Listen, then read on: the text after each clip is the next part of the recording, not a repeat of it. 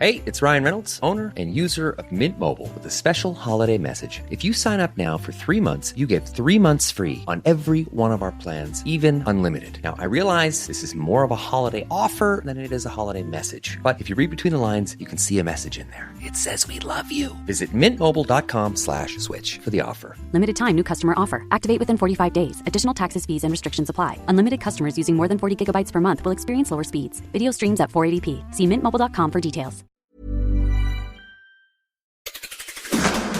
7 things you don't really need to know, but probably should. I'm Ciara Revin, and this is the Sunday 7. On this week's episode of the award-winning Sunday 7, we catch up on the COP28 outcome, hear about a serious cyber threat to Britain, discover the science behind morning sickness, and hunt down some giant goldfish.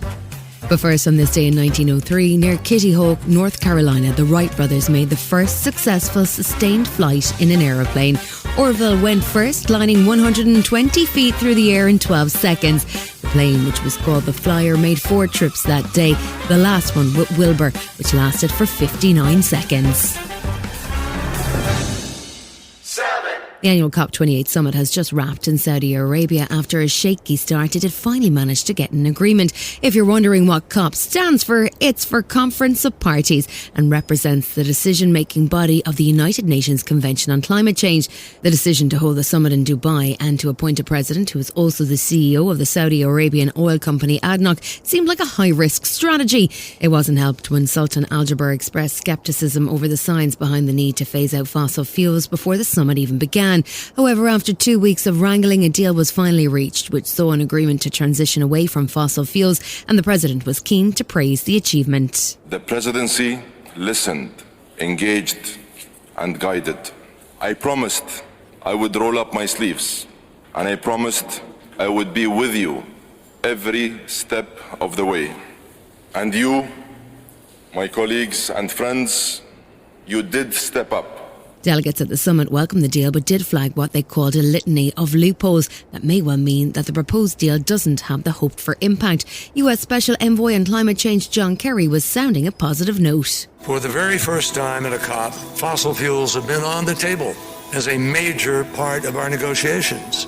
And the decision that came out of this clearly embraces transitioning away from fossil fuels in energy systems so as to achieve net zero by 2050. That is a clear, unambiguous message on one of the most complicated issues that we face. Activists and environmental campaigners outside of the summit setting were less optimistic and were keen to point out we're already in the hottest year in history and that we all need to do more. Liz Bonin, environmentalist and president of the Wildlife Trust, spoke on ITV's Good Morning Britain. The government has just signed off 100 new licences for oil and gas. They've signed off a new coal power station here. Sure. We cannot blame other countries. We're all in this together. Some of the stuff that India and China is doing is actually more progressive than what the UK is doing. This blaming and pointing is part of the problem. We've agreed to a text that says to invite, to consider contributing to. The world is burning in front of our very eyes. There is progress, of course there is. And I was just at a Wildlife Trust panel with members of the business community, conservation, people who work in finance. And the conversation there was so much more proactive than what's happening at COP. So of course there are wonderful things happening. But we have to be very careful about saying it's a revolution. We've done so much. We're clearly not doing enough. We're not doing enough. The chair of Natural England, Dr. Tony Juniper, says it's not something that we can put on the long finger. There's another piece of language in that text which says we must now move on rapid, sustained reductions in emissions. And that's actually more important because sometimes you finish up thinking, oh, it's okay if we get to zero emissions by 2050. Well, this is not right. The point is about the trajectory of the emissions reductions between now and 2050. If we leave it till 2049, the planet will fry. What we have to do is get on with this transition immediately to begin the reductions pathway in 2024. That's the most important year, not 2050.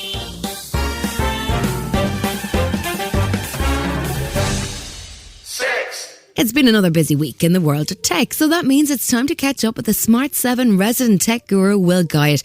There's a new report this week that sounds alarming. Will, is the UK at serious risk of cyber attack? I'm definitely not psychic, but just reading the words from the mouths of politicians and experts, it's now a case of when and not if we have a cyber attack.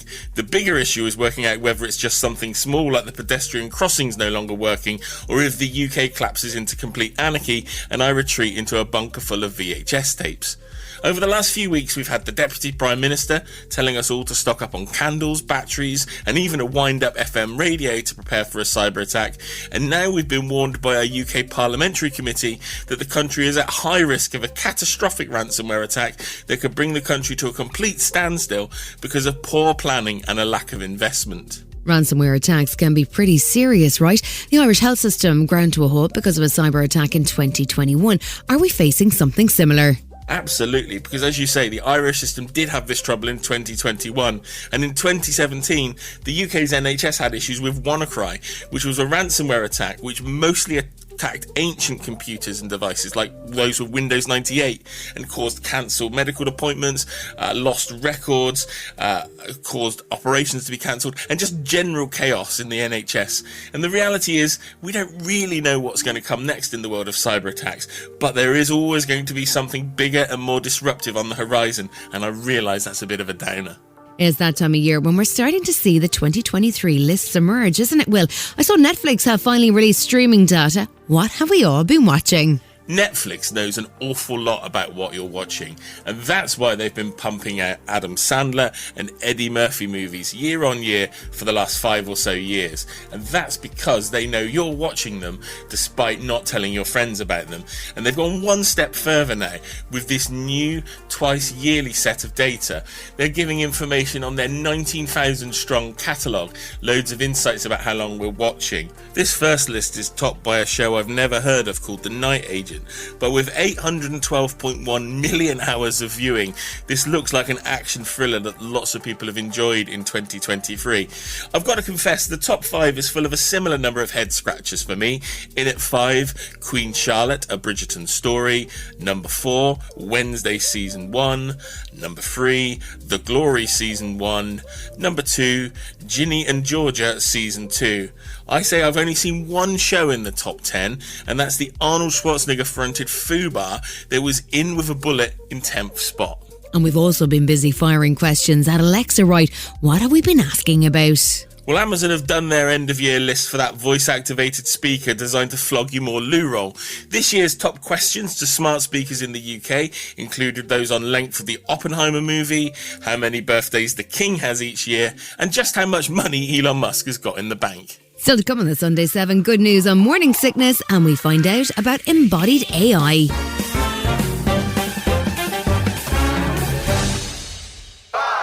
A recent report suggested that only 2% of medical research funding is spent on pregnancy, childbirth and reproductive health. Historically, women's health has been under-researched, and given the importance of childbirth and reproduction, it seems incredible that clinical trials have historically excluded women or shied away from studies of pregnant women altogether.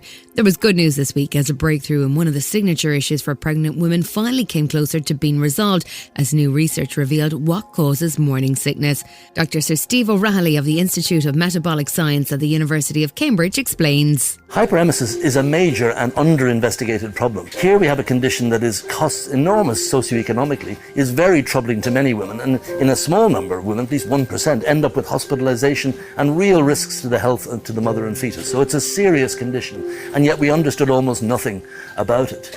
Well, my lab's been interested in how hormones made in the body act on the brain for many decades. Dr. Marlena Fezjo is one of the researchers at the Keck School of Medicine at the University of Southern California who carried out the study, and she explains what they found. My research has found the greatest genetic risk factor was in a gene that codes for the GDF15 hormone, which rises in pregnancy and causes nausea and vomiting. Our international study found there was more of this hormone in HD patients, but that the genetic variation in GDF15 surprisingly results in less of the hormone in women who are not pregnant. To test whether low levels prior to pregnancy lead to hypersensitivity to GDF15 in pregnancy, we gave mice a small dose of the hormone prior to a high dose, and they were spared from appetite loss. This work has very exciting clinical implications. It suggests we may be able to treat HG by lowering GDF-15 during pregnancy and prevent it by increasing GDF-15 prior to pregnancy.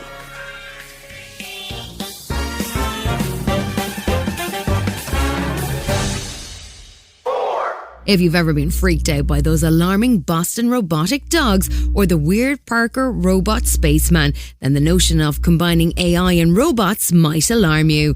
But with AI currently confined to large language modules and chatbots, some scientists are looking at the next step in its evolution, and they're arguing that we need to start considering what form an AI body might take. Roboticist at the University of Vermont, Professor Josh Bongard, says there's a huge potential in this relatively new field called embodied AI. This idea of embodiment, I feel, is very important in our goal to try and create intelligent but also safe machines. Most of us, when we think of robots, we think of the Terminator, we think of droids, we think of these rigid metallic machines. But there's a whole new field in robotics called soft robotics, which, as the name implies, is an attempt to try and make machines from soft materials that, because they're made of those kinds of materials, already make them safe to be around humans.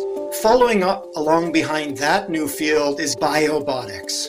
We try and create robots not from technological components, but from biological components. These are robots that are made from living, genetically unmodified cells. Still to come on the Sunday 7, we go dinosaur hunting in Dorset and track down some giant goldfish. Right after this. Hi, I am Kendra Adachi, and I host the Lazy Genius podcast. A Lazy Genius principle is to decide once, and I have done that by deciding that Olive & June is my go-to brand for at-home mayonnaise. I don't like to waste time, and the Olive & June mayonnaise system has everything you need and nothing you don't, all with gorgeous polishes that don't chip.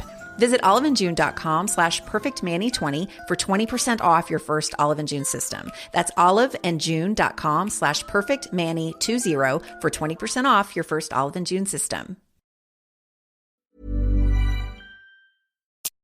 Welcome back.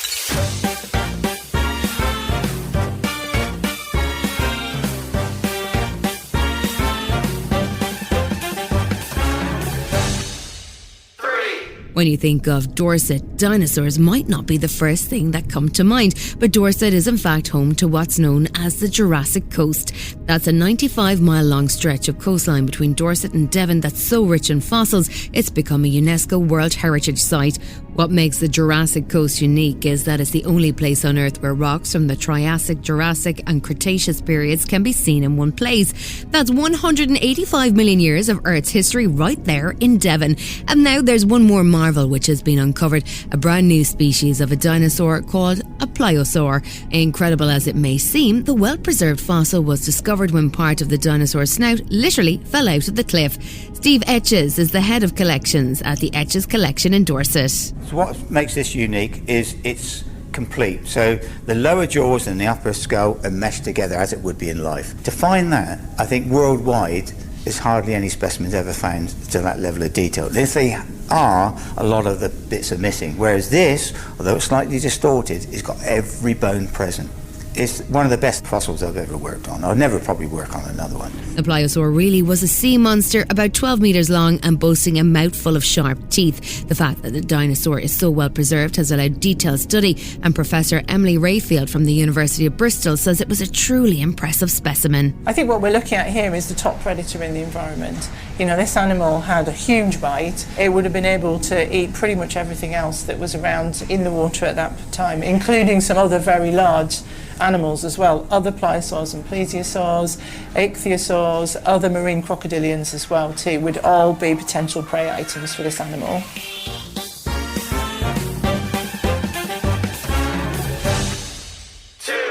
The 2024 Olympics are due to take place in Paris next summer, but organisers have been busy planning a culinary surprise for athletes and spectators alike. If you were planning to celebrate a summer of sport with a steak or a juicy beef burger, then you might be in for a surprise. The Paris 2024 Olympics will be mostly meat-free. About 60% of what's on offer will be vegetarian, while 80% of the catering will be locally sourced. Tony Estenquet is the president of Paris 2024, and he says it's a good opportunity to open the eyes and mouths of a worldwide audience. It's also our responsibility to educate the people who will be engaged in Paris 2024 that it's a collective duty now to change our habits and definitely to reduce our carbon footprint. So to go to the venue by a public transport system, and when you buy food in the venue, you should also try the vegetable food that is served, because in terms of taste, it's very good. Now the products are quite amazing, and with the chef way to cook the vegetable products, you will be surprised by the fact that it's a vegetable product.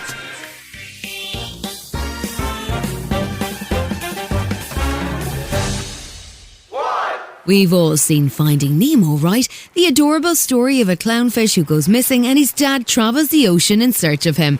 It's a cute story, but in the US, escaped fish are causing havoc. Not necessarily clownfish like Nemo, but regular goldfish who've made it into the wild and bulked up once they're out of the tank.